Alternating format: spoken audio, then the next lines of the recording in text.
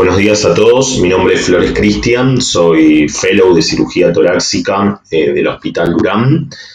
Gracias por la invitación a este curso, al doctor Quesada, a la doctora Andraquio y la posibilidad de disertar esta charla de derrame pleural al doctor Adrián Desiderio. Algunas nociones básicas, lógicamente el derrame pleural es una patología muy frecuente, que es inherente a lo que es el espacio pleural. Espacio recubierto, lógicamente, por lo que es la pleura, que está formada por dos hojas, una hoja visceral, una hoja parietal. Recordar que la hoja visceral es la que recubre el pulmón, mientras que la pleura parietal es la que recubre las costillas, el mediastino, el diafragma. Por otro lado, es algo totalmente normal de que siempre se produzca un volumen de líquido diario que va a rondar los 0,1 a 0,2 mililitros por kilogramo día. Mínima cantidad de líquido que se produce lo que va a posibilitar es el deslizamiento de los pulmones en cada movimiento respiratorio. Es normal tener una presión que sea negativa, subatmosférica, de menos 4 a menos 8 centímetros de agua, y vamos a tener que algunas patologías van a hacer que la presión sea más negativa o que sea positiva. Van a variar esta presión subatmosférica, patologías como la atelectasia, el edema, la fibrosis intersticial, las resecciones pulmonares, van a hacer que la presión sea más negativa. Y la presión sería positiva con patologías que obviamente ocupen el espacio pleural, como un neumotórax, un derrame pleural, un hemotórax, y la presión realmente se hace positiva, como habrán visto en la clase de neumotórax, el neumotórax hipertensivo. Recordar que el líquido pleural es un ultrafiltrado de plasma, se va a producir el líquido pleural a nivel de la pleura parietal con una reabsorción a nivel de la pleura visceral y es esencial para la función de lubricación y para el movimiento de los pulmones. Bueno, el derrame pleural es una entidad altamente frecuente. Las tres principales causas son la falla cardíaca, la neumonía y las neoplasias. Datos que asustan, hablan de que el 62% de los pacientes que están internados en unidad de cuidados intensivos tienen un derrame pleural y casi la mitad de los pacientes que van a tener una neumonía bacteriana van a desarrollar un derrame pleural. ¿Por qué digo que son datos que asustan? Porque hay varios trabajos que se establecen a partir de los líquidos pleurales analizados a través de una toracocentesis, que como vamos a reiterar en el transcurso de la charla, es el primer procedimiento a desarrollar en el derrame pleural, hablan de que sea la causa bilateral o unilateral, ya sea por una causa de trasudado, de exudado de causa infecciosa o exudado de causa neoplásica, fíjense cómo al año hay una elevadísima mortalidad. Entonces, independientemente de si el derrame pleural es neoplásico, infeccioso o trasudado, ya sea por un síndrome nefrótico, por una alteración hepática, por una insuficiencia cardíaca, conlleva a que es una patología de alta morbimortalidad al año. O sea, es una patología muy frecuente. Es la patología más frecuente de interconsulta al servicio de cirugía torácica y fíjense la elevada mortalidad. Por otro lado, los derrames pleurales lo que van a traer aparejado es que van a ser consecuentes de múltiples procedimientos. Vamos a ver que ante un derrame pleural, que tenemos una sospecha de su etiología, el primer procedimiento es la toracocentesis, se puede avanzar con un tubavenamiento pleural, puede tener una cirugía como una videotoracoscopía, etcétera, etcétera, etcétera. Estos múltiples procedimientos hacen de hospitalizaciones prolongadas del paciente, y estas hospitalizaciones prolongadas obviamente hablan de una alta mortalidad. Por otro lado, los pacientes que tienen un diagnóstico de transudado, uno dice, listo, tiene un transudado, ¿es de buen pronóstico? No. Fíjense cómo estadísticas de otros papers hablan cómo la mortalidad incluso es mayor en derrames pleurales bilaterales y es mayor aún en transudado. Muchas veces por ese pensamiento de no tiene un derrame pleural que sea neoplásico, infeccioso, listo. Es un transudado, el cirujano de tórax se olvida, el clínica se relaja, el neumonólogo no le da bola y vemos estos datos, como los derrames bilaterales y transudados hasta incluso tienen peor o mayor morbimortalidad que los unilaterales del tipo exudado. ¿Cómo hacemos el diagnóstico de derrame pleural? El diagnóstico de derrame pleural, primero obviamente es la clínica, el interrogatorio, un buen examen físico, y si uno tendría que hablar de exámenes complementarios por imágenes, ahí uno habla de lo primero que se le debe realizar es la radiografía. Obviamente en una radiografía lo primero que se va a observar es en mínimas cantidades el velamiento del seno costofrénico, que debiera ser mayor a 200 mililitros en la proyección póstero anterior. En las placas laterales, siempre uno pide un par radiológico, se ven con menores cantidades, se ve este velamiento del seno costofrénico. Cuando va aumentando la cantidad de derrame, empezamos a ver el signo del menisco y a mayores cantidades vemos cómo hay un desplazamiento del mediastino hacia el lado contralateral. El segundo estudio gol estándar a pedir una vez que nosotros tenemos un derrame pleural es la ultrasonografía, la ecografía, lo que uno dice que es el estetoscopio del cirujano.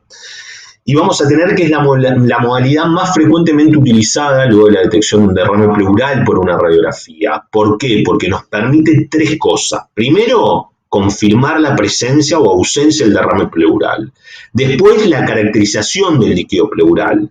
Vamos a tener que hay características ultrasonográficas que me van a orientar hacia un trasudado, como vamos a ver en la imagen. Vamos a tener toda una zona anecoica, libre, homogénea y obviamente el pulmón, el signo de la medusa. Y vamos a ver la caracterización del derrame. Tú una imagen anecoica. Si yo tengo algunos secos en el interior, veo tabiques o veo algunos septos, estaría hablando de un derrame pleural ecográficamente complejo. Eso habla más de algo exudativo. Mientras que si solamente tengo una imagen anecoica, hablamos de un trasudado. Por lo tanto, una vez que nosotros tenemos el diagnóstico de derrame pleural o la sospecha a partir de la clínica, el examen físico con hipoventilación, la matidez, etcétera, le hacemos una placa de tórax, un par radiográfico, lo sospechamos, lo segundo deberá ser la ultrasonografía. ¿Por qué la ultrasonografía? Porque me va a confirmar, ¿hay líquido o es consolidación? Me va a permitir ver las características del líquido, ver si es un trasudado, un exudado, y por último, guiar los procedimientos intervencionistas. Ya como vemos acá, las guías torácicas europeas hablan de que la ultrasonografía nos permite la guía de procedimientos. ¿Qué procedimientos? Y el primer procedimiento básico en un derrame pleural, por ejemplo, la toracocentesis. Gol estándar, según todas las guías europeas, estadounidenses, argentinas, toracocentesis bajo guía ecográfica. Si tengo que poner un catéter percutáneo, bajo guía ecográfica. Por lo tanto, la ultrasonografía nos permite confirmar la presencia, caracterizar el aspecto del líquido y guiar los procedimientos intervencionistas. Por otro lado, tenemos la tomografía. ¿Y en qué pacientes se consideran? En pacientes que consideramos algún proceso infeccioso o un proceso neoplásico. Vamos a tener que, aparte de la tomografía, un PET. Un PET-TC. Los procesos infecciosos como un EMPIEME que me permite caracterizar. Me permite caracterizar si tengo un engrosamiento de la pleura, si tengo tabiques, ver qué estadio del EMPIEME estamos presentes. Y en un proceso neoplásico, ver si tengo vanos mediastinales, si tengo extensión extratorácica. Algo básico que seguramente se los mencionaron en lo que es la patología del neumotórax, junto al neumotórax, junto al derrame pleural, son patologías que van a afectar el espacio pleural. Y los principales procedimientos que me van a modificar las condiciones del espacio pleural son los dos procedimientos más básicos.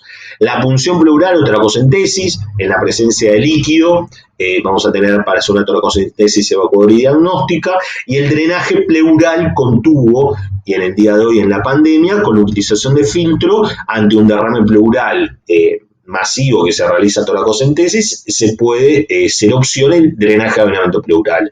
O como vamos a ver a posterior, cuáles son las indicaciones de drenaje pleural en un proceso infeccioso, un empiema, por ejemplo.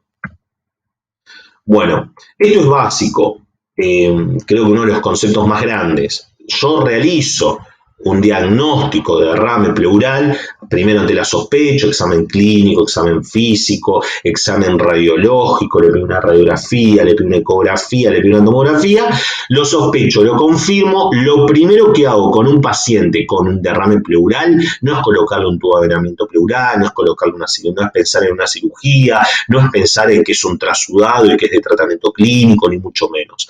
Todo paciente que tiene derrame pleural, ante la sospecha de ver cuál es su diagnóstico, el primer procedimiento que se va a realizar es la toracocentesis. La toracocentesis nos va a abrir un panorama. Nosotros estamos ante un derrame pleural del tipo exudado o trasudado. A partir de datos que nos va a dar el líquido pleural, a partir de la toracocentesis, que como dijimos el gol estándar sería bajo una guía ultrasonográfica, vamos a establecer los famosos criterios del AI. Vamos a pedir en un físico-químico, siempre se pide el pH, glucemia, LDH, proteínas, y a partir de estos datos vamos a ver si estamos ante un derrame de tipo exudado o trasudado. La toracocentesis, por lo tanto, es la primera maniobra que se debe efectuar para corroborar la existencia de derrame y ver las características y empezar el análisis de este paciente.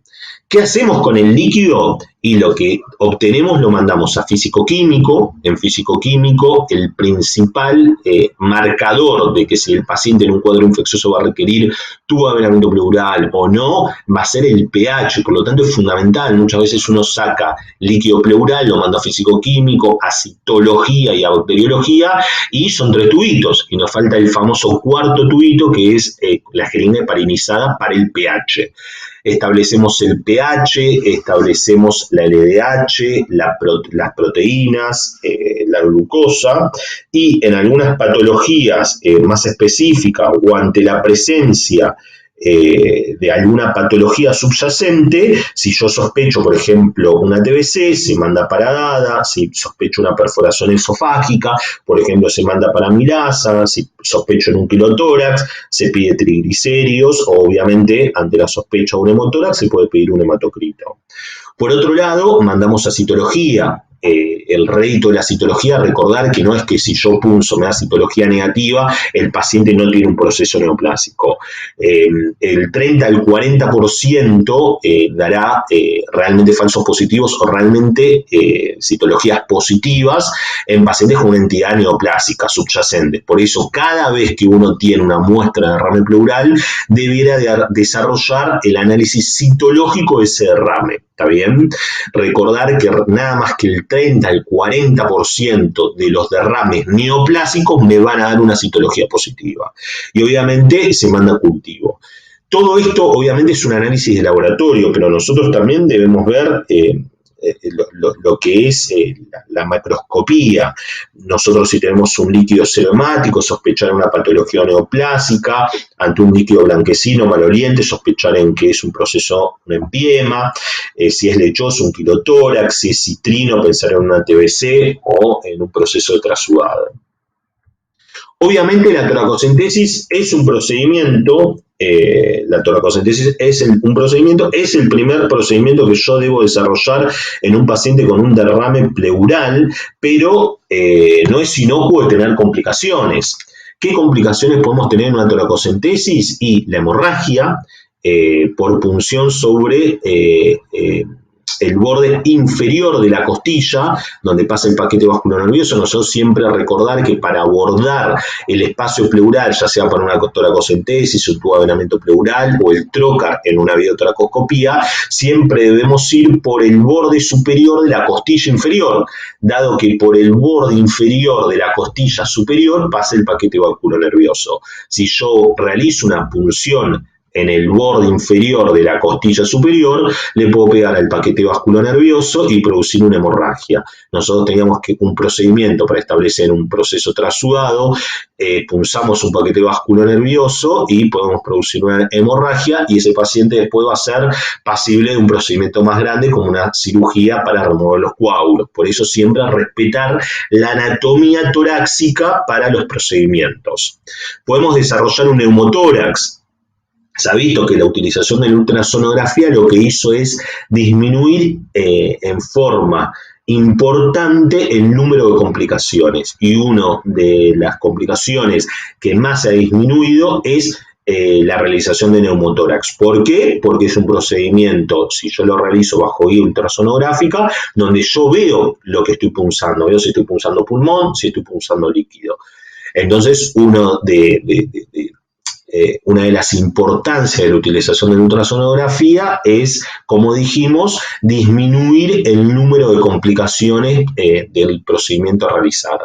El neumotórax, el uso incorrecto también se puede producir por un uso incorrecto de la llave de 3 vías, etc. La punción hepática y esplénica en los sitios demasiado bajos o demasiado profundos. Si yo realizo una toracocentesis muy bajo, puedo producir una punción hepática o esplénica. ¿Y qué me disminuye esta complicación? Obviamente la utilización de la ultrasonografía. El edema agudo de pulmón ex vacuum, la evacuación rápida o masiva, es sumamente discutible.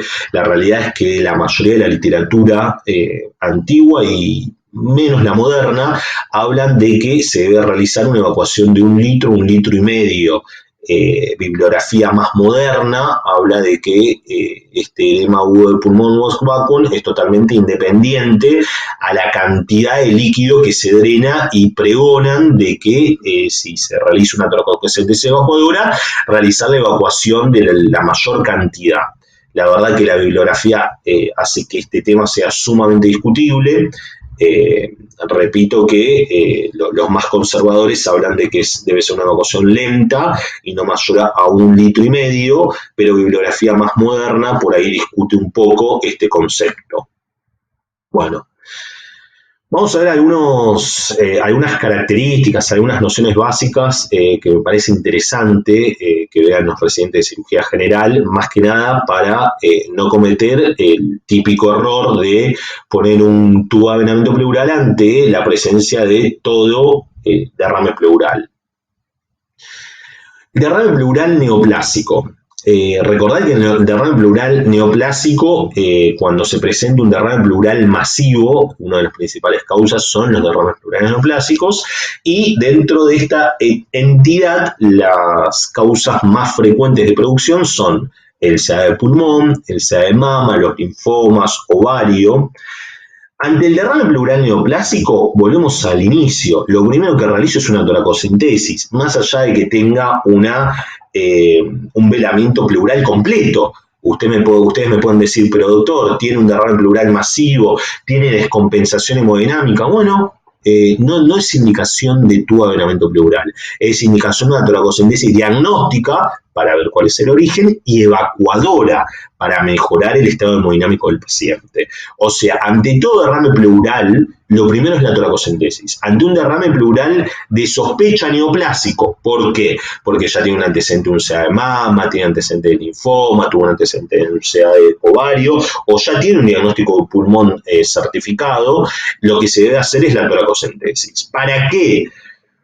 Yo debo evaluar 3 cosas fundamentales, si no vamos a cometer errores que vamos a ver cuáles son. Yo realizo la toracocentesis. Debo evaluar si hay una correcta expansión del pulmón, que el pulmón no haya quedado atrapado, porque derrames pleurales muy crónicos lo que me generan es un engrosamiento de la pleura visceral y hacen que uno saque el líquido, pero que el pulmón no se expanda. Debo evaluar si tiene mejoría clínica o no. No sirve de nada que yo le realice una toracocentesis, le evacúe el líquido, pero sigue con disnea, porque pueda tener una linfangitis, por ejemplo, el paciente. Y debo evaluar el estado del paciente. ¿El paciente me da tela para qué? Es la pregunta que debo pensar. Si el paciente tiene buena expansión, tengo una placa con un velamiento pleural, le realizo una toracocentesis, le saco 2 litros, o 1,5 litros, como ustedes prefieran, según la bibliografía que lean, a una toracocentesis. Evacúa el líquido, el pulmón se expande. No queda atrapado el pulmón, no queda el muñoncito, se expande. El paciente dice, doctor, la verdad que mejoró muchísimo el estadio, la clínica que tenía. Mejoré la tos, me falta menos el aire. El paciente tiene buen estado físico. ¿A qué es pasible? A una cirugía, que es la que ustedes conocen como videotoracoscopía. ¿Para qué? Para una biopsia de pleura y para un sellamiento pleural.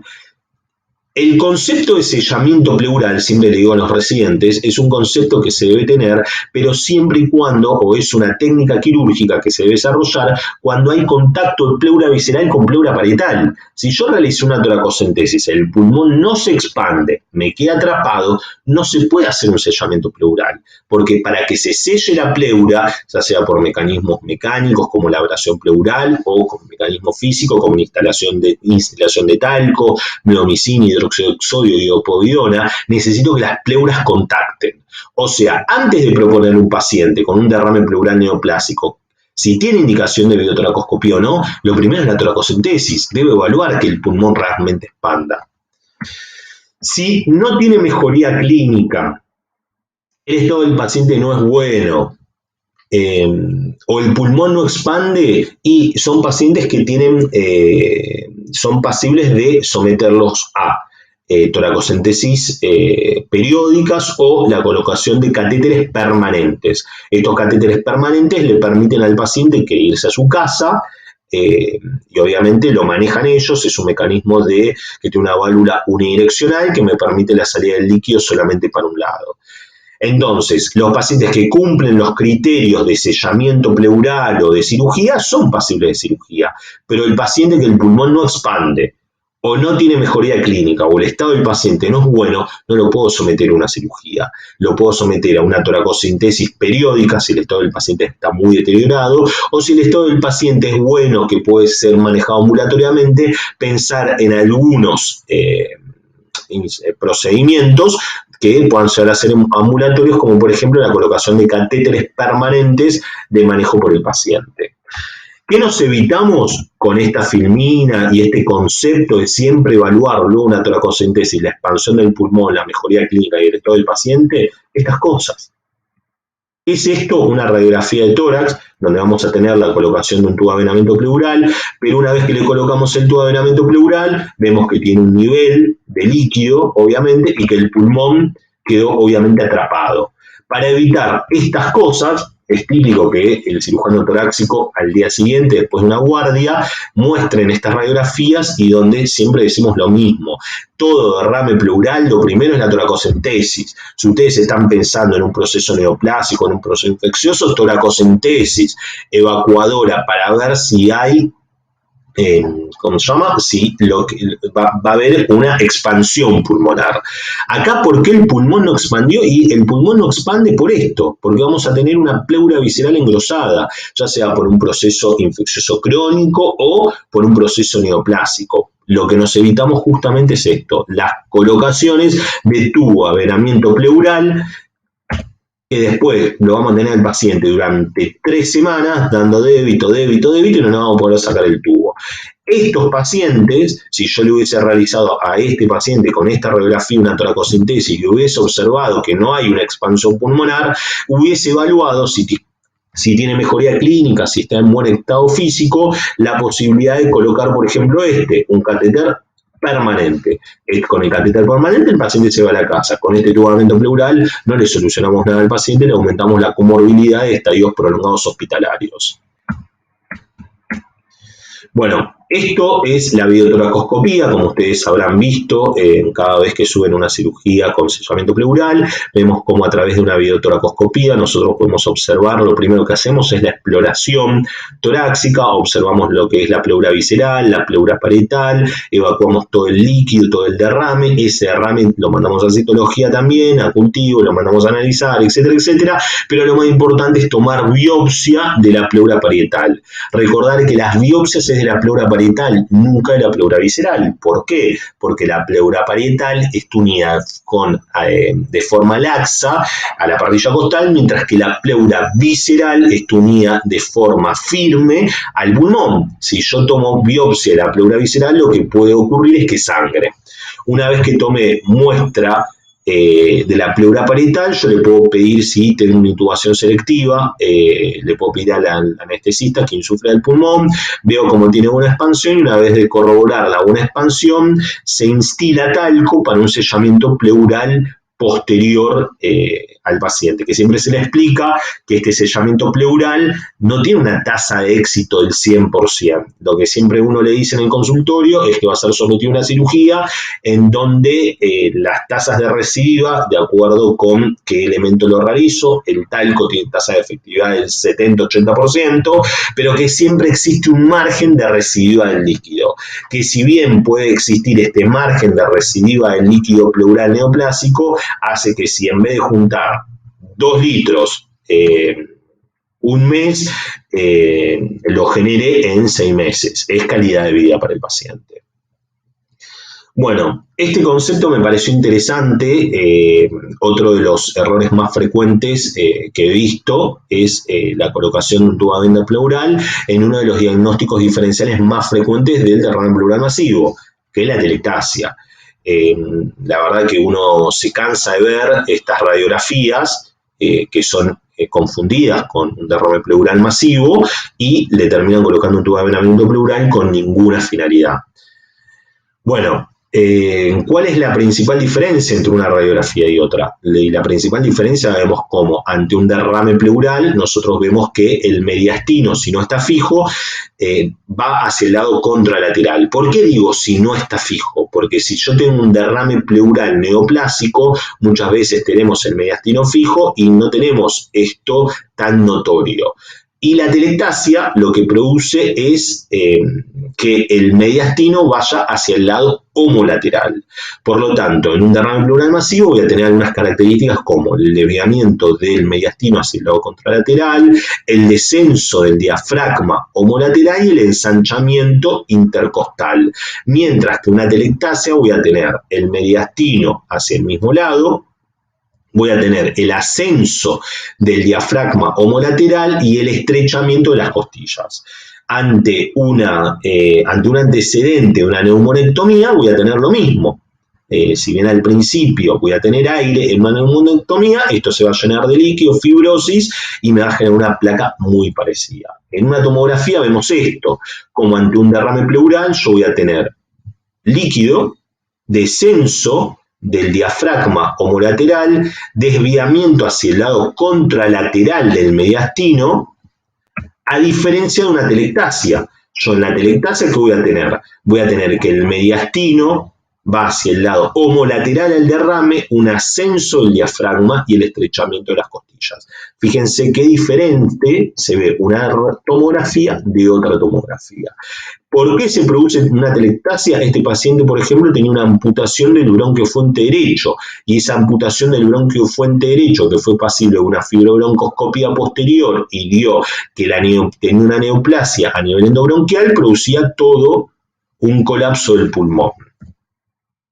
Bueno, ahora vamos a hablar un poco, para finalizar esta charla, acerca de lo que es el empiema, una entidad sumamente frecuente en la vida del cirujano torácico. La definición de empiema, vamos a tener una definición básica. Ya Hipócrates, allá por el año 500 a.C., hablaba que es la presencia de pus o gérmenes en la cavidad pleural. Va a haber otras definiciones más modernas, obviamente, que hablan de que no solamente la presencia de pus o gérmenes hablan de empiema, sino que algunas características fisicoquímicas del líquido empezarían a hablar de una sospecha diagnóstica. Obviamente, el diagnóstico también es acompañado de la clínica, pacientes con tos, con disnea, con fiebre, etcétera, más los exámenes imagenológicos, donde vemos, por ejemplo, derrames loculados. ¿Qué características físico-químicas nos acercan a este diagnóstico? pH bajos, glucemia, glucosas bajas. Vamos a ver que el pH y la glucosa son los principales indicadores de tener un derrame en un proceso infeccioso complicado. Vamos a medir una LDH mayor a 1000. Vamos a ver la relación de LDH pleural plasmática o la presencia de gérmenes o la relación de proteínas. Recordar esto, recordar que el empiema no solamente se genera por un proceso broncopulmonar. El empiema nosotros vamos a ver que puede ser un empiema primario o secundario y el empiema primario es paraneumónico. Pero los derrames paraneumónicos que van a terminar en empiema, que son secundarios, una infección broncopulmonar, si bien son la principal causa, vamos a ver que existen otras afecciones torácicas y extratoráxicas que me lo pueden generar. Intratoráxica, infecciones posoperatorias, la resección de un pulmón que genera una fístula mínima que me va a generar un derrame, ese derrame se infecta, me puede generar un empiema. Traumatismos de tórax que me va a producir un hemotórax, se puede infectar y generar un empiema, una punción pleural, una biopsia o una perforación esofágico-traqueal. Todas estas causas, como veremos a continuación, son causas de un empiema secundario. Y hay causas extratoráxicas también, las principales las abdominales, abscesos sufrénicos, pancreatitis agudas complicadas, abscesos hepáticos, pueden generar por diseminación de gérmenes desde un espacio abdominal hacia uno pulmonar, un proceso infeccioso en la cavidad pulmonar. Por lo tanto tenemos esto, que existe un empiema pleural primario y un empiema pleural secundario. El empiema pleural primario es el paraneumónico. La famosa complicación de una neumonía bacteriana, por ejemplo, donde un porcentaje variable se va a transformar a partir de una neumonía, genera un derrame pleural paraneumónico y me va a terminar generando un empiema. Nosotros siempre decimos que ese empiema primario a partir de un derrame pleural paraneumónico no se desarrolla en cualquier paciente, siempre hay que estudiar causas de base porque existen factores predisponentes, la inmunodepresión, la diabetes, el alcoholismo. Y el empiema secundario, que es menos frecuente, es secundario a algo, a un traumatismo, a una resección pulmonar, una perforación de esófago traqueal o a partir de una punción pleural. Más allá de si sea un empiema pleural primario o un empiema pleural secundario, existen fases. Van a ver que existe una fase aguda o exudativa, una fase fibropurulenta y una fase crónica u organizativa. La fase aguda es la primera semana. Vamos a tener un líquido pleural seroso, inocuo, rico en proteínas, con un pH y una glucosa normal. Líquido inocuo. Una fase fibropurulenta, de una segunda a tercera semana, vamos a tener un líquido un poco más turbio purulento, pH, glucosa baja, se deposita fibrina, inoculaciones, pasible lógicamente de cirugía, como vamos a ver a posteriori. En la fase crónica o organizativa, ya vamos a tener pus, una coraza pleural que va a impedir la reexpansión del pulmón. ¿Qué vamos a tener? Que todo este proceso infeccioso va a generar una colección a nivel pulmonar y se va a generar una coraza. Va a tener límites esa colección de pus y si nosotros evacuamos la colección y no hacemos una decorticación, obviamente vamos a tener una falla de la reexpansión pulmonar. Por otro lado, otro concepto habla de derrames paraneumónicos. Nosotros recordar los empiemas pueden ser primarios o secundarios, ya sea de primario o secundario, tiene las mismas fases, fase aguda, fibropurulento o crónica. Por otro lado, otro concepto habla que los derrames paraneumónicos pueden ser no complicados, complicados o empiema. ¿Qué quiere decir? Un paciente con una neumonía puede tener derrames no complicados y que va a ser pasible de antibióticos, pero puede tener un derrame pleural complicado, un empiema, que ya no me alcanza con el antibiótico. Voy a necesitar un drenaje torácico o una cirugía mayor con una videotoracoscopía o una toracotomía, como vamos a ver. ¿Qué es lo que me diferencia entre que esté complicado o no complicado? Lo que siempre decimos, el pH, la glucosa, pHs altos con glucosas altas en procesos infecciosos me hablan de un derrame no complicado, cultivos negativos, gran negativos, derrames pleurales pequeños o moderados, no loculados, me hablan de la presencia de un derrame pleural paraneumónico no complicado que es pasible de un tratamiento antibiótico. Si ya está complicado porque tengo cultivos o gérmenes positivos, tengo un pH bajo, una glucemia baja o tengo mayor derrame pleural, estamos en la presencia de un derrame pleural paraneumónico complicado que será pasible primero de un drenaje torácico, ver la evolución y ver si consideramos la utilización de una videotracoscopía para el debridamiento y limpieza de esta colección. Después podemos tener un empiema, ya acá tenemos pus en el espacio pleural o la presencia de gérmenes en el espacio pleural o lo que dijimos con todas las características físico-químicas que mencionamos anteriormente. Y este paciente lo primero que tenemos ante un empiema es antibiótico, drenaje torácico, fibrinolíticos, como vamos a ver a continuación, y evaluar la evolución para ver si es pasible de una cirugía, que seguramente sí lo sea. Este es un algoritmo básico. Acá vemos que todo derrame pleural con clínica infecciosa, ¿qué quiere decir? Derrame pleural con un paciente con fiebre, con leucocitosis, con disnea, con tos. Lo primero es la toracocentesis. Los principales marcadores para ver si vamos a establecer un tratamiento médico o quirúrgico es el pH bajo. Con la glucemia baja o la presencia de pus, habla de que necesitamos intervenir al paciente. ¿Cómo lo intervengo? Drenaje torácico. Y vamos a ver a continuación que los fibrinolíticos disminuyen la posibilidad o el porcentaje de cirugías en los pacientes que presentan derrames pleurales complicados, loculados o empiemas. Si con este drenaje torácico y fibrinolíticos mejoró, bienvenido sea. Si no mejoró, habrá que descartar de que yo estoy drenando solamente una colección y tengo otra colección pasible de cirugía. Habrá que evaluar la cobertura antibiótica, ver si una vez que nosotros realizamos la toracocentesis, mandamos a cultivo y el antibiograma sigue teniendo sensibilidad a lo que estoy utilizando. Debo realizar una fibrobroncoscopía para sacar tapones mucosos, realizar cultivos, lavado bronquioliolar y debo valorar obviamente una cirugía. Pero si yo estoy con un derrame pleural complicado por las características que tiene el líquido, pH bajo, glucosa baja ante la presencia de pus y encima está multiloculado por una cirugía, no me sirve de nada el drenaje endotorácico. Vamos a necesitar una videotoracoscopía en los estadios más iniciales, que son la fase 1 o la fase 2, o si tengo estadios como una etapa más crónica, una fase 3, donde yo además de tener la presencia de pus voy a tener una coraza y necesito una decorticación, por ahí necesito una toracotomía. Ahí vamos a ver esto, que es un algoritmo que intenté dejarles para terminar la charla, que ante un derrame pleural complicado, obviamente, es la presencia de antibióticos. Todo derrame en un proceso infeccioso que tiene un pH bajo, una glucosa bajo, la presencia de microorganismos, colocar drenaje pleural, ¿bien? La presencia de derrames pleurales loculados o empiema es indicación de la colocación de fibrinolíticos. ¿Qué fibrinolíticos? La uroquinasa, la streptoquinasa. Si bien la uroquinasa tiene mejores beneficios, al carecer menos efectos sistémicos, también la streptoquinasa es otra opción. ¿Qué hacen los fibrinolíticos? Y se ha demostrado que han disminuido los requerimientos de cirugía en pacientes con derrames loculado y empiema. Por lo tanto, si se disminuye los requerimientos de cirugía, se disminuye la mortalidad asociada, obviamente, del paciente. ¿Cómo se colocan los fibrinolíticos?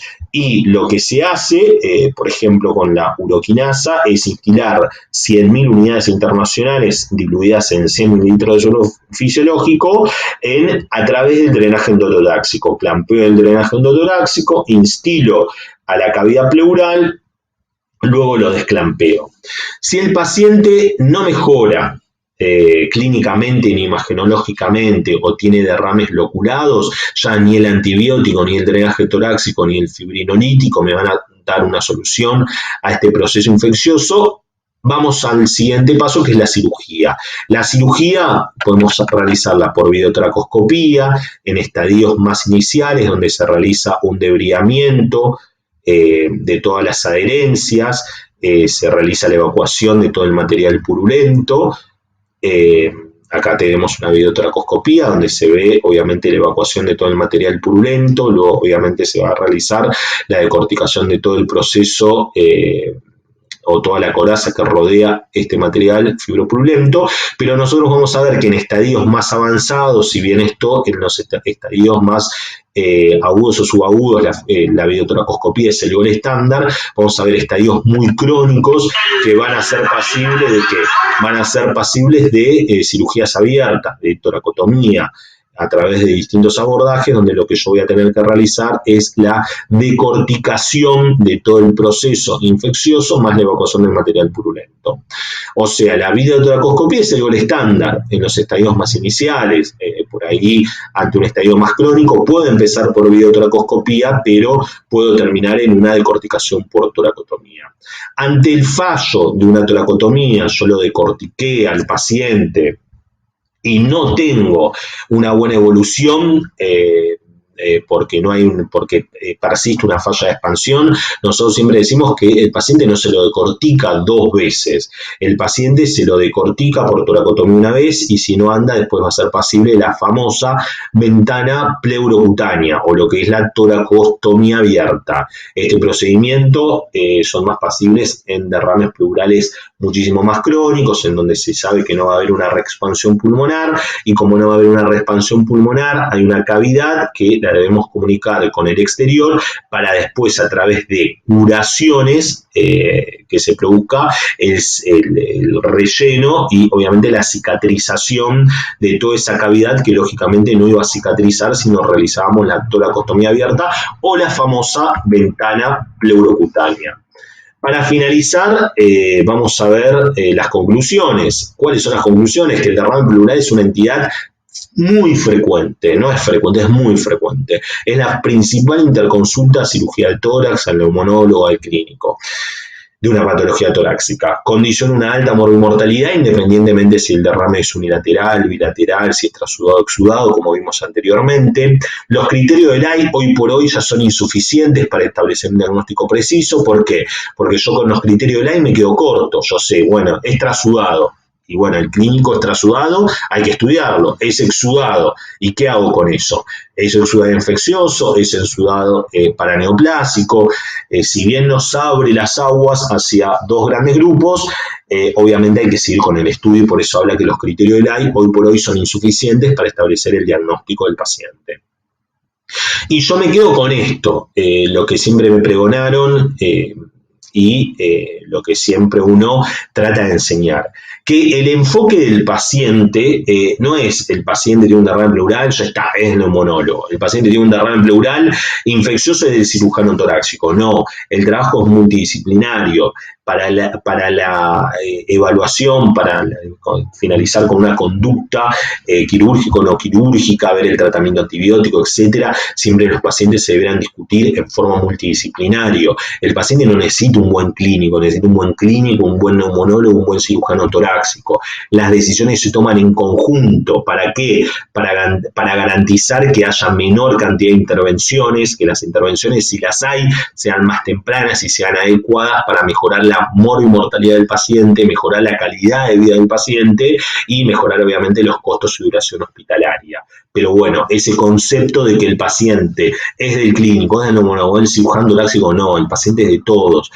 Se debe haber un abordaje multidisciplinario, las decisiones deben ser en conjunto, tanto ante un proceso infeccioso o ante un proceso paraneoplásico o neoplásico. ¿Está bien? Muchísimas gracias, espero que les haya servido y gracias por su atención.